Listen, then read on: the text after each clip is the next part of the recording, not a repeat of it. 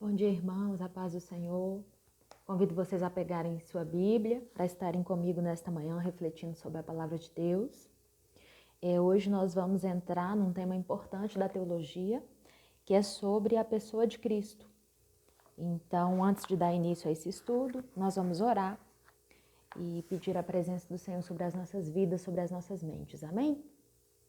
Pai querido, nós te louvamos por mais um dia de vida que o Senhor nos permite viver, por tua graça, pela salvação em Cristo Jesus, e nós clamamos nesta hora para que o teu Espírito esteja agindo em cada mente, em cada coração, trazendo clareza, Deus, das tuas revelações, trazendo entendimento, fazendo resplandecer sobre nós a luz do Evangelho do Senhor Jesus. Nós queremos agora, durante esse período de estudo, estar totalmente submetido ao teu Espírito Santo, que os nossos ouvidos estejam atentos àquilo que o Senhor quer falar conosco e nos ensinar nesta manhã. Em nome de Jesus. Amém. Então nós vamos falar sobre a pessoa de Cristo. É um tema muito importante, né, na teologia prática. Nós vamos falar sobre a humanidade e a divindade de Jesus. Isso é algo que tem que estar bem claro para os cristãos, principalmente porque houve muita disseminação de heresias, no primeiro século da igreja a respeito desse assunto. E nós vamos refutar essas heresias à luz da palavra de Deus. Bom, então, para iniciar, o que significa a palavra Cristo, né? Ela vem do grego Christos e significa o ungido. Então, Cristo possui duas naturezas distintas e perfeitas, sendo verdadeiro Deus e verdadeiro homem. Então, a gente vai partir desse pressuposto, tá? Isso tem que estar bem claro para nós. A humanidade de Cristo está unida à sua divindade, pois ele possui duas naturezas e essa união mantém intactas as propriedades de cada natureza, tá? Então, vamos seguir aqui, nós vamos começar falando sobre a humanidade de Cristo. Então, partindo desse pressuposto, Cristo possui duas naturezas distintas, elas não se misturam, elas não se confundem. Vamos falar separadamente sobre cada uma delas. Primeiro, a humanidade de Cristo. Como eu já falei, no primeiro século da igreja, haviam seitas, heresias, grupos, como os gnósticos, por exemplo, que não acreditavam na humanidade de Cristo. Para muitos desses grupos, eles diziam que Jesus era um fantasma, que ele não tinha um corpo físico real. Eles se baseavam na filosofia dos antigos gregos, de que o corpo estava inseparavelmente ligado ao mal, portanto, Jesus não poderia ter um corpo físico, tá? E aí vão surgir, esses grupos, os marcionistas, tá? A heresia apolinária, que falava que Jesus não tinha alma humana, Bom, mas pelas passagens bíblicas que falam do nascimento ou encarnação, nós podemos concluir, com certeza que Jesus possuía, sim, um corpo humano. 81 vezes no Novo Testamento, Jesus é chamado de Filho do Homem, para enfatizar justamente essa sua natureza humana. Paulo cita Jesus como nascido de mulher. E Hebreus 2:14, você pode abrir aí, diz assim: visto como os filhos participam da carne e do sangue, também ele participou das mesmas coisas, pelo que convinha que em tudo fosse semelhante aos irmãos. Também naquelas passagens que falam do desenvolvimento, desejos e experiências físicas de Jesus, como por exemplo lá em Lucas 2:52, que fala que Jesus crescia na graça e no conhecimento, crescia em estatura e em sabedoria. Em Mateus 4:2 vai falar que Jesus teve fome. Em João 19:28 diz: tenho sede. Em João 4:6 fala que Jesus pôs cansado no caminho. Em João 11:35 fala Jesus chorou. Então são detalhes, que vão confirmar que Jesus possuía um corpo suscetível às mesmas experiências que nós, um corpo realmente humano. E que ele tinha também uma alma. O que é a alma? É o centro da sensibilidade, né? Da capacidade volitiva, da vontade. Então, Jesus tinha sensibilidade, entendimento e vontade humanas, tá? Vai ficar claro aqui nas próximas passagens que nós vamos citar. Então, ficou claro, né? Em primeiro lugar, a questão do corpo físico. Agora, a alma, né? Jesus possuía sensibilidade. Na passagem de Hebreus 4,15, diz assim: porém que, como nós, em tudo foi tentado, mas sem pecado. Então, os únicos canais que a tentação ela pode chegar na vida humana são pelos apetites carnais, pela imaginação que leva à presunção e ao fanatismo e pela ambição pessoal. Então, Jesus foi sensível a esses canais, ele foi tentado nessas áreas. E esse tipo de tentação evidencia a questão física dele, né, humana. Por quê? A Bíblia fala lá em Tiago 1,13 que Deus não pode ser tentado pelo mal. Então, essa questão da tentação evidencia a sua humanidade, né? Porque na sua divindade ele não poderia ser tentado. Então, a divindade dele não podia ser tentado por essas coisas, né? Então, por isso seria impossível que Cristo fosse tentado sem possuir ao mesmo tempo a sensibilidade humana, tá? Então, essa tentação evidencia a sua humanidade, né? Porque deixa claro que ele tem sensibilidade. Mais um detalhe da sensibilidade humana se revela no fato de que Jesus sentiu tristeza, né? Isso é próprio da alma humana. Lá em Mateus 26:38, diz assim: a minha alma está cheia de tristeza até a morte. Quem nunca sentiu isso, né? Tristeza, angústia, vontade de morrer. Então, Jesus passou por esses sentimentos. Lá em Isaías 53:10, diz assim: todavia ao Senhor agradou moê-lo, fazendo-o enfermar, quando a sua alma se puser por expiação do pecado. O trabalho da sua alma ele verá e ficará satisfeito. Então, nessas e muitas outras passagens demonstram a sensibilidade humana de Jesus. Ele podia sentir tristeza, ele podia se angustiar, né? Outra afirmação também que vai constatar isso é o que está escrito em Lucas 2,52, nós já citamos, né? Jesus crescia em estatura e em graça e em sabedoria diante de Deus e dos homens. Essa passagem, ela não pode ser aplicada ao seu entendimento e sabedoria divinos, né? Porque na sua pessoa divina ele não precisava crescer nem se desenvolver. Isso faz menção do seu aspecto físico, né? Do seu entendimento físico. Porque como Deus ele é onisciente, né? Então ele não precisa crescer nem se desenvolver. Então, portanto, nós concluímos que sua humanidade teve um entendimento finito, né? E como tal precisava crescer e se desenvolver. Então, no mesmo sentido, Jesus revela aqui seu entendimento humano. Então, nós falamos, né, da questão da sensibilidade e agora nós estamos falando do entendimento humano, né? É tanto que aquela passagem de Marcos 13:32, quando Jesus afirma dia e hora, ninguém sabe, nem o Filho, ele está se referindo ao seu entendimento como homem. Como homem, ele não sabia, né? Mas como Deus que ele era, é claro que ele tem um dos atributos, né, a onisciência, que lhe é peculiar. Bom, então Jesus tinha, nós já falamos, a sensibilidade humana, o entendimento humano e a vontade humana, né? Assim como nós.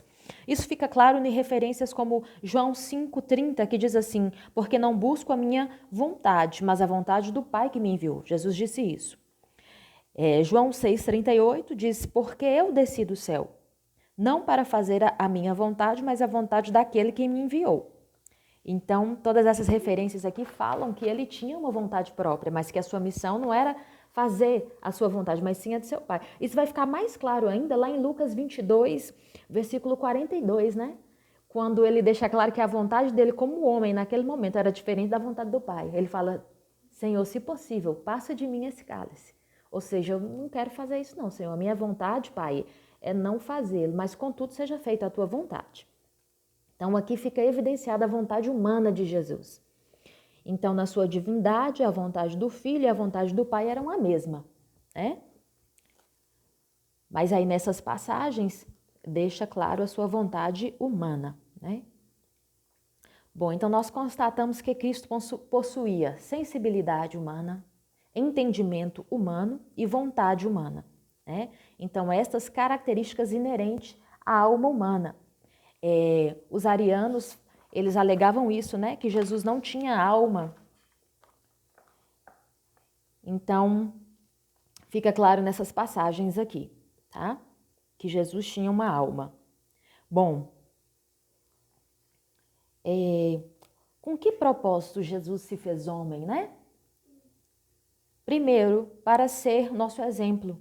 Ele deixou-nos o exemplo para que nós seguíssemos suas pisadas. Segundo, para simpatizar-se conosco, né? Tendo sofrido e sido tentado, é capaz de socorrer também aqueles que sofrem, são tentados. Tudo que nós passamos hoje não é diferente do que Jesus passou como homem. Ele sentiu na pele, né? As angústias, os sofrimentos, as dificuldades, as necessidades, né, físicas que nós temos. Então, ele é capaz de se compadecer de nós, porque ele passou por estas coisas. Então, para tomar o nosso lugar legalmente, nascido sob a lei, para remir os que estavam debaixo da lei, a fim de recebermos a adoção de filhos. Está lá em Gálatas capítulo 4. E em quarto lugar, né? Porque Cristo se fez homem para ser o nosso sumo sacerdote. Hebreus 5:1 diz assim: porque todo sumo sacerdote tomado dentre os homens é constituído a favor dos homens nas causas concernentes a Deus, para que ofereça dons e sacrifícios pelos pecados. Em último lugar, para ser nosso sumo sacerdote misericordioso e fiel nas coisas pertencentes a Deus. Hebreus 4:15 diz assim: como nós, em tudo foi tentado, mas sem pecado. Né? O pecado original não estava em Jesus, tá? Por isso ele foi capaz de ver uma vida santa. O que é o pecado original? É o pecado que a gente herda de Adão e Eva, né? Dos nossos pais, tá? Jesus foi concebido sem pecado. Por isso ele não veio sobre ele o pecado original. Apesar disso, a humanidade de Cristo seria de pouco valor se ele fosse somente homem, né? Então, nós falamos aqui da humanidade de Cristo, mas nós não vamos ficar por aqui, porque ele não é somente homem, né? Nós vamos entrar agora na questão da divindade e vamos ver aqui provas bíblicas dessa divindade, tá? Agora veremos, né, que ele também é verdadeiro Deus. Então, trata-se de uma doutrina bíblica, esse assunto, né? Então, nós precisamos entender isso com muita clareza, tá? Jesus não era 50% homem e 50% Deus. Jesus era 100% homem, 100% Deus. Ele era pleno, né, nas suas características humanas e pleno na sua divindade, né? Então, olha só, nós temos aqui algumas teorias, né, sobre a natureza de Cristo. Nós temos o socinianismo, nós temos o arianismo e o trinitarianismo. Vamos ver o que significa? Bom, o socinianismo, né, veio de um homem que chamava Socino. Ele ensinava o quê? Que o Salvador começou a sua existência ao nascer de Maria, né? Que ele era um mero homem, ou seja, ele tira aqui a questão da eternidade de Jesus. Ele era, sim, possuído de santidade e de excelência, mas ele era apenas um homem, né? Então, ele ensinava isso, tá? Essa era a teoria do socinianismo. Agora, Ário, né, que fundou o arianismo, pregava o quê? Ensinava que Jesus era o primeiro e o mais exaltado dentre os seres que Deus criou. Também jogava por terra a questão da eternidade de Jesus, né? Porque ele colocava Jesus como um ser criado, tá? Um ser superior, mas porém um ser criado. E os trinitários, ao contrário, ensinavam que Jesus possuía duas naturezas distintas, né? A humana, nascida de Maria e crucificada na cruz, e a divina. Então, nós vemos que Cristo é apresentado nas Escrituras como divino, tá? Vamos ver aqui essas referências, né? Nos Evangelhos, nós temos uma imagem viva, completa e perfeita em todas as situações possíveis, em todas as vicissitudes da vida interior e exterior. Bom, então vejamos, pois, o que testifica as Escrituras sobre a divindade de Jesus. Então, nós vamos tratar da seguinte ordem, nós vamos mostrar aqui na Bíblia, né? As obras de Jesus, os atributos, os títulos, as honras atribuídas a Jesus Cristo nas Escrituras. Tudo isso vão apontar para a sua divindade, tá? Então, as obras imputadas a Jesus são tão grandes que só podem ser realizadas através do Altíssimo, né? A criação é atribuída a Jesus. João, capítulo 1, versículo 1. Vamos ler o que está escrito lá? No princípio era o Verbo, e o Verbo estava com Deus, e o Verbo era Deus. Esse Verbo aí é Jesus, tá? Então, no princípio, ele estava com Deus, ele era Deus. Ele estava no princípio com Deus, todas as coisas foram feitas por ele, e sem ele, nada do que foi feito se fez. Mais uma referência que vai mostrar, então, a divindade, a eternidade de Jesus. Esse texto aqui deixa claro, né? Jesus não é criado, Jesus é eterno, tá? Ele estava no princípio e todas as coisas foram criadas por ele e para ele. Colossenses 1, do 15 ao 17, diz assim: o qual é a imagem do Deus invisível, o primogênito de toda a criação. Porque nele foram criadas todas as coisas que há nos céus, na terra, visíveis e invisíveis, sejam tronos, sejam dominações, sejam principados, sejam potestades, tudo foi criado por ele e para ele. E ele é antes de todas as coisas, e todas as coisas subsistem por ele.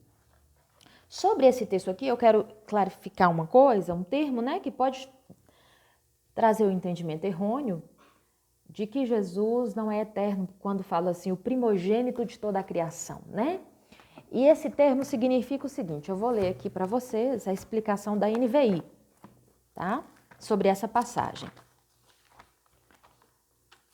Para que não haja dúvidas sobre esse aspecto da eternidade de Jesus. Olha só, quando diz aí o primogênito, né? Muitos podem pensar, então, ele é o primeiro das coisas criadas, dos seres criados? Não, ele é criador. Olha só, assim como um filho primogênito tinha certos privilégios e direitos no mundo bíblico, assim também Cristo tem certos direitos em relação a toda a criação. Ele tem prioridade, tem preeminência e tem soberania, tá? Então, o primogênito aí é nesse sentido, que ele tem a primazia sobre todas as coisas criadas, ele tem soberania, ok? Ó, para ficar clara aí essa passagem para nós. Que eu também tive essa dúvida, né? Nesse termo aí. Então, nós constatamos o quê? Que o Verbo se fez carne, né? Ele criou todas as coisas. Então, conclusão, Cristo é Deus, tá? Os arianos, eles diziam que Cristo fez a obra da criação meramente como alguém que recebeu poderes a ele conferidos, né? Como se alguém superior tivesse delegado esses poderes a Jesus, tá? Mas a Bíblia deixa claro que todas as coisas foram feitas por ele e para ele, né? Não foram criadas para um outro ser, mas para ele mesmo. Então, as Escrituras, elas atribuem clara e fortemente a Jesus as obras da criação, né? Então, só Deus é criador. Prova aí, então, a divindade de Jesus, né? Nós falamos que esse era o primeiro tópico, as obras. Então, as obras vão provar a sua divindade. Preservação. Lá em Colossenses 1,17 diz assim, todas as coisas subsistem por ele, né? Ele sustenta todas as coisas, ele preserva. Então, Deus é o sustentáculo e o preservador de todas as coisas, né? E nesse texto, atribui isso a Jesus, tá? Então, os milagres atribuídos a Jesus, né, demonstram que ele é divino. A Bíblia diz, o vento e o mar lhe obedecem, né? Enfermos são curados, mortos ressuscitados pela sua palavra. A natureza mostrou-se sujeita à sua autoridade divina, tá? Outra coisa interessante aqui, ó, o juízo final, né, que é uma atividade própria de Deus. E Paulo fala lá em 2 Timóteo 4:1, fala o seguinte, que Cristo conjuro-te, pois, diante de Deus e do Senhor Jesus Cristo, que há de julgar os vivos e os mortos na sua vinda e no seu reino. Então, mais uma prova da divindade de Jesus. Ele há de julgar, né? Então, esse texto e muitos outros provam abundantemente que Jesus Cristo será o juiz do último dia. Portanto, exercerá um papel próprio de Deus, o que prova mais uma vez sua plena divindade. As atividades da criação, preservação, realização de milagres e juízo são predicados de Deus.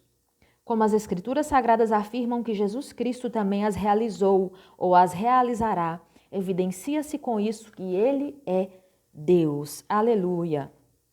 Os títulos, né, de Cristo são apresentados nas Escrituras.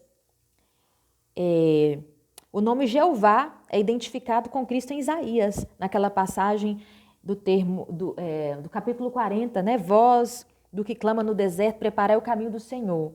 Esse nome, Jeová, que é atribuído a Jesus. Né? Essa passagem ela vai ser repetida em Mateus. Então, o nome Jeová era o mais excelente de todos os nomes de Deus. Esse nome foi atribuído a Jesus. Tá? Cristo é chamado de Deus nas Escrituras. João 1 diz assim, no princípio era o verbo, nós já lemos, né? E o verbo era Deus, e o verbo estava com Deus. Sem dúvida alguma, grande é o mistério da piedade, aquele que se manifestou em carne. 1 Timóteo 3,16. Senhor meu e Deus meu. João 20:28, né? Se referindo a Jesus. Então, nessas passagens, nós vemos que ele era chamado de Deus. Né?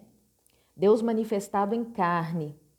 Deus sobre nós. Emanuel, Deus conosco. Né?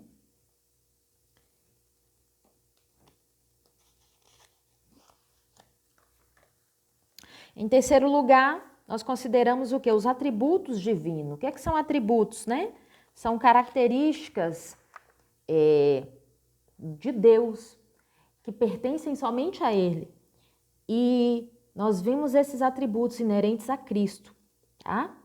A eternidade é atribuída a Cristo. Nós já lemos até algumas referências sobre isso, né? Vamos ler mais uma aqui, ó, no Antigo Testamento, Miqueias 5:2. Diz assim, e tu, Belém Efrata, posto que pequena entre milhares de Judá, de ti me sairá o que será Senhor Israel, e cujas saídas são desde os tempos antigos, desde os tempos da eternidade. Miqueias profetizou isso 110 anos antes de Cristo, né? Do nascimento. Então, como só Deus possui eternidade, mais uma prova de que Jesus é Deus. Né? Ele possuía também outro atributo além da eternidade, que é a onisciência. Né? Nós vemos, por exemplo, a onisciência aqui na passagem de João 2:24.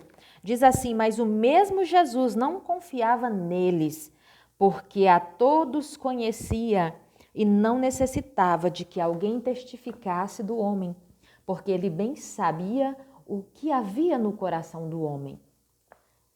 O que é a onisciência, né? É o conhecimento de todas as coisas. A Bíblia fala que Jesus estava no meio da multidão, mas não confiava nela. Quando os fariseus arrazoavam entre si, né?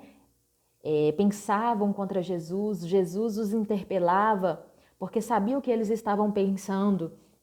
Mais uma referência, João 6:64. Porque bem sabia Jesus, desde o princípio, quem eram os que não criam e quem era o que havia de o entregar. Então, nesses textos fica claro que Jesus Cristo é onisciente, um atributo exclusivo de Deus. Mais um atributo, imutabilidade. Cristo possuía esse atributo, o que se vê claramente na seguinte passagem bíblica de Hebreus 13:8. Jesus Cristo é o mesmo ontem e hoje e eternamente. Mais um atributo aí, a onipresença. Quer ver os textos? Mateus 18:20 diz assim: porque onde estiverem 2 ou 3 reunidos em meu nome, ali estou no meio deles. Outra passagem, Mateus 28:20, ensinando-as a guardar todas as coisas que eu vos tenho mandado. E eis que eu estou convosco todos os dias até a consumação dos séculos. Mais uma referência, João 3:13. Ninguém subiu ao céu, senão o que desceu do céu, a saber, o Filho do Homem que está no céu. Então, Jesus possuía também o atributo da onipotência. Mateus 28:18 diz assim: chegando-se Jesus, falou-lhes dizendo: é-me dado todo o poder nos céus e na terra. Aleluia. Então, nós poderíamos também mostrar que Jesus possui atributos da sabedoria, santidade, verdade, justiça, bondade, etc. Mas só esses aqui, né, já deixam claro que Jesus era Deus, né? Aqueles que vão negar a divindade de Cristo, eles vão falar o seguinte, que o Pai delegou, né, emprestou esses atributos a Jesus. Porém, os atributos, eles são infinitos, né? Então, se assim o fosse, Deus teria que se esvaziar totalmente de um atributo ao delegá-lo a Jesus. E a gente sabe que não é assim, né? A Bíblia deixa claro que são atributos da Trindade. Então, a verdade é que a ideia de um Deus de empréstimo, no sentido estrito da palavra, é um absurdo, porque só há um ser com perfeição infinita e esta não é suscetível de transferência, né? Mais um aspecto aqui da divindade de Jesus são as honras, né? Ele declarou-se igual a Deus. Vamos ver isso? Está em Filipenses 2:6. Olha só, que sendo em forma de Deus, não teve por usurpação ser igual a Deus. Mais uma referência. Jesus disse, né? Respondeu aos judeus: eu e o Pai somos um. Isso. Colossenses 1:19. Aliás, antes disso, Colossenses 1:15, o qual é a imagem do Deus invisível, nós já lemos isso, né? Hebreus 1:3, sendo o esplendor da sua glória e a expressa imagem da sua pessoa. Colossenses 1:19, porque foi da vontade do Pai que toda a plenitude nele habitasse. Em várias partes das Escrituras se ensina que há somente um Deus e que este ser supremo é Jesus Cristo. Mais alguma referência aqui? Mateus 14:33, és verdadeiramente o Filho de Deus. Então aproximaram-se os que estavam no barco e adoraram-no, dizendo: és verdadeiramente o Filho de Deus. Atos 7:59, e apedrejaram a Estevão, que em invocação dizia: Senhor, recebe o meu espírito. Então, esses textos são claros. Jesus Cristo recebia a honra que é devida somente a Deus. Seguindo aqui, a união dessas duas naturezas, como nós já falamos no início, né? Uma não exclui a outra. Ele era completo em cada uma das suas naturezas, né? Como homem e como Deus. Sua divindade não ficou reduzida por ter se unido com um corpo humano, porque ele é o verdadeiro Deus. Sua humanidade, enquanto esteve na terra, não foi exaltada com qualidades que a tornassem diferente dos outros seres humanos. Então, como as duas naturezas, a humana e a divina, unem-se em Jesus, né? Então, para resumir aqui, essa união de duas naturezas é chamada na teologia de união hipostática, tá? Então, nós temos aqui essa doutrina, ela vai resumir aqui as seguintes proposições, ó. Ele tinha uma natureza humana completa, isto é, um corpo real e alma racional, né? Isso refuta aqui aqueles conceitos e ensinamentos dos gnósticos, né? Ele tem uma natureza divina verdadeira, ele é Deus. Essas naturezas coexistem inteiras e distintas, sem mistura ou confusão. Ele é uma só pessoa, uma única personalidade, tá? Então, ficou claro, irmãos?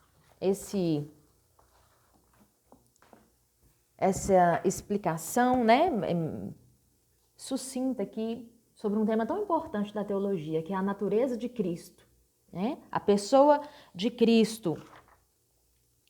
Cristo homem, Cristo Deus, o Salvador da humanidade. Eu quero encerrar então, nesta manhã, né? E que nós possamos ter entendimento, clareza das doutrinas da Bíblia, da palavra de Deus, porque são temas que são base para a nossa fé, né? A gente precisa conhecer, entender, e é claro que tudo é por meio da fé. Alguns temas na teologia, eles são de difícil compreensão, porque a nossa mente humana ela é limitada, né, irmãos? Para a gente entender a Trindade, por exemplo, meu Deus, que tema confuso, como assim, né? 3 pessoas em um, 3 se tornam em um, como diz a canção. Então são temas complexos dentro da teologia, alguns temas vão trazer controvérsia, esse tema não, né? Ele é claro entre os teólogos, né? A pessoa de Cristo era 100% Deus, 100% homem. Ele é eterno, ele é criador. Ele sustenta todas as coisas, toda a autoridade lhe foi dada nos céus e na terra. E ele é homem de dores, né? Como diz lá em Isaías, experimentou o sofrimento que nós passamos hoje. Por isso, nós temos um sumo sacerdote que pode se compadecer de nós. Porque assim como nós, em tudo ele foi tentado, mas não pecou. Então, nós temos um Salvador maravilhoso, né? Um Salvador que veio se assemelhar a nós. Olha só, que se esvaziou-se da sua glória, né? Para passar por aquilo que nós passamos hoje. Nós passamos situações tão terríveis, né, irmãos? Situações tão, às vezes, humilhantes, tão massacrantes. E eu estava essa semana refletindo sobre isso, passei uma situação tão complicada. E o Senhor trouxe à minha memória o seguinte: às vezes nós oramos de maneira tão específica, né, pedindo ao Senhor para nos livrar, para nos guardar, para não deixar alguma coisa acontecer, e às vezes isso não acontece, né? Às vezes o Senhor não livra, e aí eu fui questionar o Senhor, meu Deus, por quê? E aí o Senhor me trouxe à memória o seguinte: lá em casa, quando nós éramos crianças, minha mãe sempre nos ensinou a orar assim, desde pequenos. Senhor, livra-nos das doenças perigosas, né? Livra-nos de doenças graves, doenças perigosas. E desde criança orando assim, né? E mesmo orando assim, pedindo ao Senhor para livrar, se precavendo, né, desse tipo de situação, o Senhor não livrou o meu pai de uma doença tão terrível e perigosa que foi o câncer. Mas o Senhor livrou o meu pai no câncer. Então essa palavra veio no meu coração essa semana. Tem situações das quais o Senhor não vai nos livrar. Deus não livrou Daniel da cova, mas Deus livrou Daniel na cova. Deus não livrou aqueles jovens hebreus fiéis do fogo, da fornalha de fogo, mas os livrou na fornalha. Então tem coisas das quais o Senhor não vai nos livrar, mas Ele vai estar conosco. Essa é a promessa de Jesus, o nosso Salvador. Eis que estarei convosco todos os dias até a consumação dos séculos. Amém? É tudo pela fé. Que você se apegue a essa palavra. O seu Salvador, o nosso Salvador está conosco todos os dias, não importa o que venha sobre nós, Ele nos sustenta, né? Ele sustenta todas as coisas com a sua mão poderosa. Que você, nesse dia, receba essa palavra no seu coração e creia no Senhor Jesus de todo o seu coração. Ele é Deus, Ele é soberano e Ele tem cuidado de nós. Amém? Deus te abençoe em nome de Jesus. Um grande abraço para você.